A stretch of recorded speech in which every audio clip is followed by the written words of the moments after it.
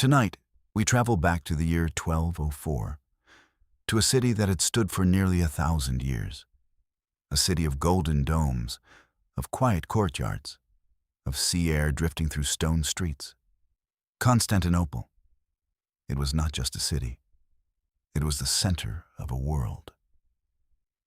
And on this night, that world began to change. The day had been calm. Merchants closed their stalls as they always did. Fishermen tied their boats along the harbor. The last light of evening rested gently on the great walls. Inside homes, oil lamps were lit. Bread was shared. Voices were low. Life continued in the rhythm people believed would never end. Because for centuries, these walls had never truly fallen. They were too strong, too vast, too certain. The people believed they were safe. They had always believed they were safe. Far beyond the walls, across the darkening water, ships waited, not moving, not attacking, just waiting. Their masts formed thin lines against the fading sky. Soldiers rested beside their armor. Some whispered prayers. Some said nothing at all. This was not meant to be their destination. They had not come here for this city. And yet, history is often shaped by the places no one intended to reach. Earlier that year, confusion had replaced certainty. Alliances shifted. Promises broke. Debts remained unpaid. Leaders argued. Messengers came and went. No one fully understood what would happen next. And so tension gathered slowly, like a storm that never announces itself. Inside Constantinople, the night deepened. The narrow streets grew quieter. Footsteps echoed, then disappeared. In monasteries, candles burned late. In towers, watchmen looked out across the sea. They saw the ships, but ships had come before. Visitors, traders, envoys. This did not yet feel like danger. The wind carried the smell of salt and wood smoke. Somewhere, a bell rang. Not an alarm, just the marking of another hour. Time, as always, moved forward, unaware that it was carrying the city toward a moment it could not reverse. Near midnight, movement began. Oars dipped quietly into the water. No shouting, no drums. Only the slow rhythm of rowing, measured, deliberate, the kind of sound that might be mistaken for ordinary harbor work, unless you listened carefully. On the walls, a few guards shifted their weight. They watched shapes drawing closer, still uncertain, still hesitant to believe, because believing meant accepting that the unthinkable had arrived. And the unthinkable is always the hardest thing to see clearly. Hours passed this way. Approach without impact, presence without announcement. The city did not awaken all at once. It stirred slowly, like someone rising from uneasy sleep. Then came the realization, not loud, not sudden, but spreading quietly from one person to another. This was not a visit. This was not negotiation. This was something else, something final. As dawn approached, the first true sounds of conflict touched the air. Wood against stone, metal shifting, voices calling orders across the water. Not chaos, not yet.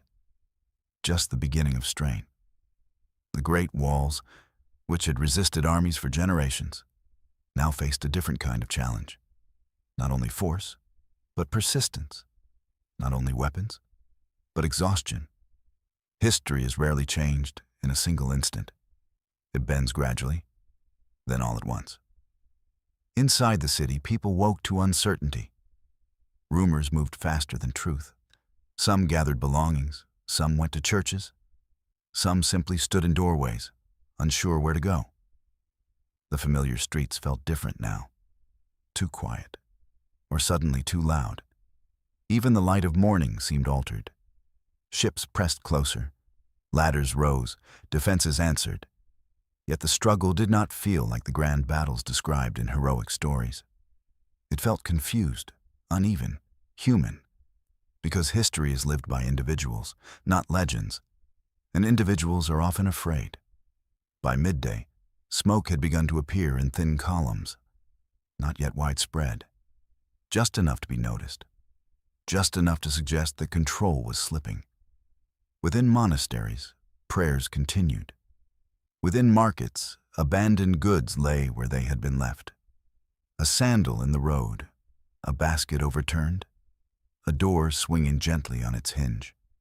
Small details, the kinds of things no chronicle records. Yet these are the marks left behind when ordinary life is interrupted. The hours blurred together. Resistance, retreat, confusion. Some places held firm, others did not. Messages failed to reach where they were needed. Leaders could not see the whole picture.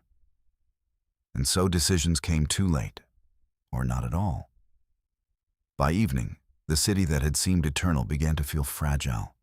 Not destroyed, not gone, but changed, irreversibly changed. Light from fires flickered against ancient stone. Shadows moved across walls built by emperors long forgotten. The scale of the city remained immense, yet something within it had shifted. Confidence had vanished. And without confidence, even the strongest structures feel uncertain. Night returned. But it was not the same night as before. Where there had been calm, there was now unease.